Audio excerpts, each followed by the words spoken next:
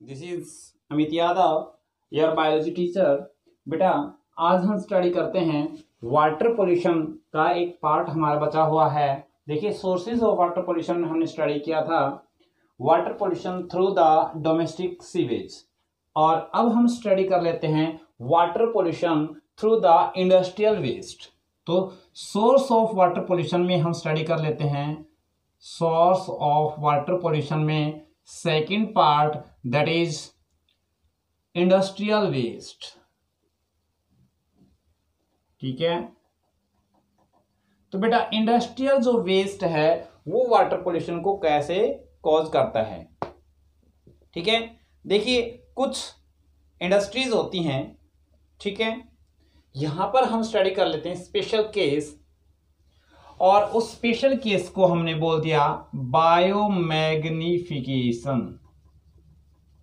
क्या बोल दिया बेटा? बायोमैग्निफिकेशन। ठीक है, और इसी को ही हम बोलते हैं बायोलॉजिकल कंसंट्रेशन, और इसी को ही बोलते हैं बायोलॉजिकल कंसंट्रेशन। ठीक है, बायोलॉजिकल मैग्निफिकेशन ऑल्सो। ठीक है, तो बेटा क्या हुआ कि कुछ इंडस्ट्रीज जो क्या बनाती हैं, जैसे डीडीटी, जैसे मरकरी। ठीक है, तो ये जो डीडीटी या मरकरी, ये क्या है? एक वेस्ट। क्या है ये? वेस्ट। और हम यहां पढ़ रहे हैं, देखिए biomagnification, biological magnification, biological concentration या bio concentration also can see. तो ये जो इंडस्ट्री जो डीडीटी और मरकरी बना रही है, ठीक है, तो क्या होता है कि जो वो डीडीटी या मरकरी है, प्रोसेसिंग के दौरान अगर ये वाटर में चला जाता है, हम एक स्टडी कर लेते हैं स्पेशल केस केवल डीडीटी का। भाई ये डीडीटी है, कहां गई? वाटर में गया है अभी अभी as a source of industrial waste. कुछ अमाउंट में डीडीटी है वो वाटर में चला गया, से आप यूं समझिए कि वो सी में, ओशन में चला गया। तो बेटा उस समय जब वाटर में जब गया, ध्यान से समझिए, इसको बहुत आसान टॉपिक है, बहुत जबरदस्त इंपॉर्टेंट टॉपिक है। उस समय इसका जो कंसंट्रेशन है, ध्यान से सुनिए दोबारा से, डीडीटी का कंसंट्रेशन वाटर में 0.003 ppb है। ध्यान से बेटा, क्या है यहां पर? ppb। तो वाटर में क्या है? फाइटोप्लैंक्टन्स। तो वाटर में जो होता है सेम कंसंट्रेशन कहां मिलेगी आपको? फाइटोप्लैंक्टन्स। ये क्या है? First trophic level. ठीक है, ये क्या है? सेकंड, ये क्या है? थर्ड, ये क्या है? फोर, और ये क्या है? टॉप। ठीक है, तो ये क्या है बेटा? कुछ ट्रॉफिक लेवल्स हैं।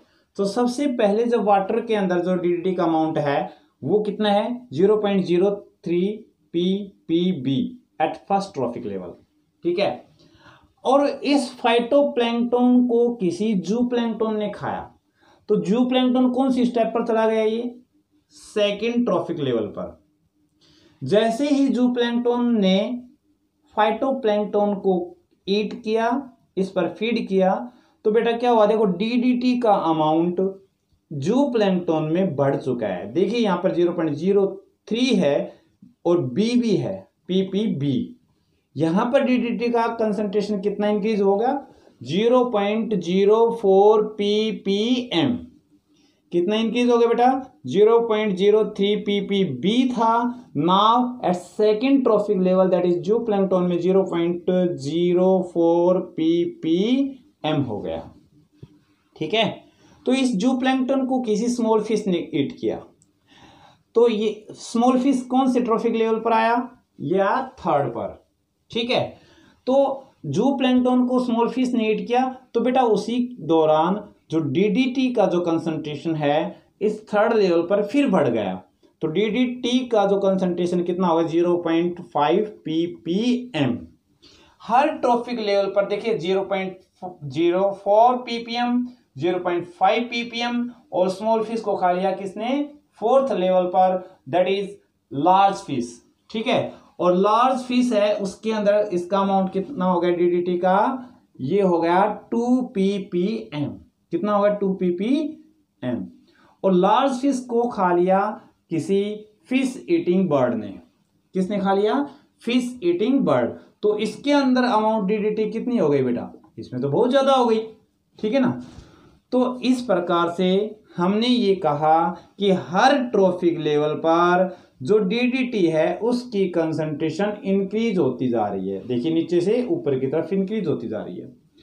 तो एट लास्ट एक यहां क्वेश्चन है बेटा कि फिश ईटिंग बर्ड, जैसे आप जवाब नहीं है हमारे पास, तो हमारा ये एग्जांपल यहां हो जाएगा fish eating birds like seagull, like seagull.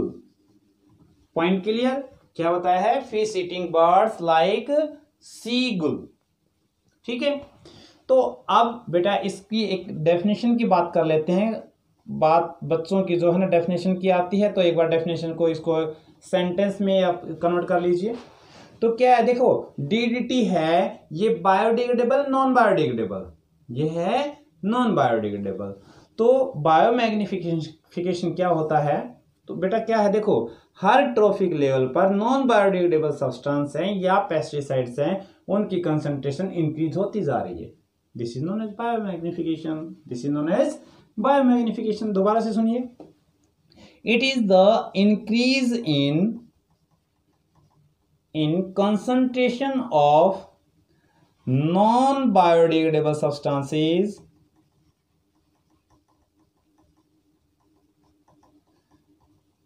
अब बात आई बेटा ये बायोडिग्रेडेबल सब्सटेंसेस जैसे लाइक डीडीटी, मर्करी, पेस्टिसाइड्स, ठीक है। Increase in concentration of non-biodegradable substances like DDT, mercury and pesticides at each trophic level of a food chain। समझ में आई?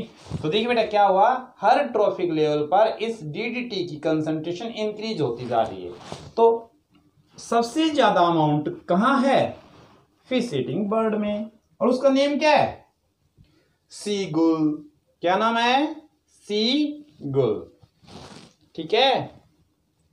तो ये था बेटा आपके पास में बायो मैग्निफिकेशन कि हर एक ट्रॉफिक लेवल पर, और ये सारे के सारे जो ट्रॉफिक लेवल है ना इनको बोलते हैं सक्सेसिव ट्रॉफिक लेवल्स, ठीक है ना। क्या बोलते हैं इनको? Successive trophic levels. क्यों? क्योंकि एक के बाद अगला, जस्ट यूं नहीं कि जो है ना सीगुल आया और जो है ना फाइटोप्लैंक्टन को खाएगा, ऐसा नहीं है। ये बिल्कुल क्या है, सीक्वेंस में ऐसे ही ईट करेंगे। ये था आपका बायोमैग्निफिकेशन। अब हम देखते हैं बेटा इस बायोमैग्निफिकेशन का इफेक्ट क्या है, ठीक है ना। इसका इफेक्ट क्या है? Effects of biomagnification. बेटा जो बायोमैग्निफिकेशन है उसका क्या इफेक्ट होगा? चलिए इसके साथ हम कुछ क्वेश्चंस आपसे डिस्कस करते हैं। देखो क्या होता है कि जो बायोमैग्निफिकेशन है उस दौरान डीडीटी का अमाउंट बढ़ता जा रहा है और लास्ट में सबसे ज्यादा किसमें हुआ? सीगुल में, बर्ड में। अब क्या होता है, डीडीटी जो है इसका कंसंट्रेशन इंक्रीज हुआ है। It interferes with the calcium metabolism of birds. तो क्या कर दिया बेटा इसने, कैल्शियम का जो मेटाबॉलिज्म होना था सीगुल में उसको क्या कर दिया डीडीटी ने, अब डिस्टर्ब कर दिया। क्या हो गया? आप इंटरफेयर भी कर सकते हैं और डिस्टर्ब भी कर सकते हैं, ठीक है। It disturbs the calcium metabolism of birds, ठीक है, जिसकी वजह से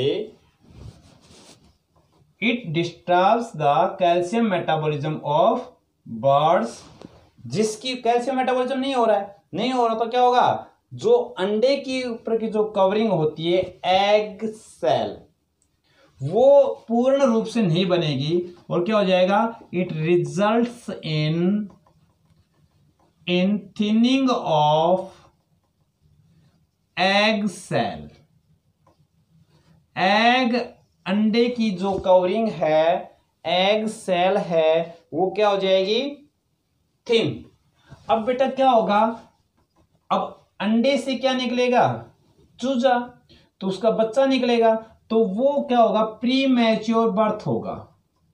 क्यों, क्योंकि एग सेल कैसी हो गई, थिन, वीक, इसलिए टाइम से पहले ही प्री मैच्योर। ठीक है, ब्रेकिंग होगा एग सेल का, premature breaking of egg shell, और टाइम से पहले ही क्या होगा, चूजा बाहर निकलेगा। ठीक है, जिसकी वजह से it declines in the bird population. ठीक है, तो बेटा ये क्वेश्चन है क्या, कि why bird population specially seagull decreases with biomagnification, decreases with biomagnification। जैसे जैसे बायोमैग्निफिकेशन होता है तो सीगुल की जो जनसंख्या है वो धीरे धीरे डिक्लाइन होती चली जाती है, कम होती चली जाती है। ऐसा क्यों है, दोबारा से सुनिए बेटा, जैसे जैसे डीडीटी का अमाउंट हर एक ट्रॉफिक लेवल पर इंक्रीज होता जाएगा, which disturb the calcium metabolism of birds, which results in thinning of the egg cell, which causes the premature breaking of egg cell। Time से पहले ही अंडा टूट जाएगा और बच्चा जो है निकलेगा, और वो जो बच्चा जो निकला एग से वो अपने आप को सरवाइव नहीं कर पाएगा, क्योंकि वो टाइम से पहले बाहर आया है, इसलिए वो एक्लेमेटाइज नहीं कर पाता एनवायरनमेंट के साथ, स्ट्रगल नहीं कर पाता, और जो बर्ड का जो बच्चा है वो मर जाएगा। ठीक है, तो ये था आपके पास में बायोमैग्निफिकेशन और इसका इफेक्ट। तो बेटा होप आप लोगों को बहुत ही अच्छे से समझ में आया, और कोई क्वेरी हो तो आप लोग कमेंट कर सकते हैं, और मैं आप लोगों को लाइक शेयर करने के लिए नहीं बोलूंगा, ये आप पे डिपेंड करता है जैसा आपको अच्छा लगे। ठीक है, बट इतना बोलूंगा कि आप चैनल को सब्सक्राइब करें और बेल आइकन दबाएं, ताकि नेक्स्ट वीडियो हम अपलोड करें तो आपके पास में नोटिफिकेशन पहुंच सके। Okay, thank you.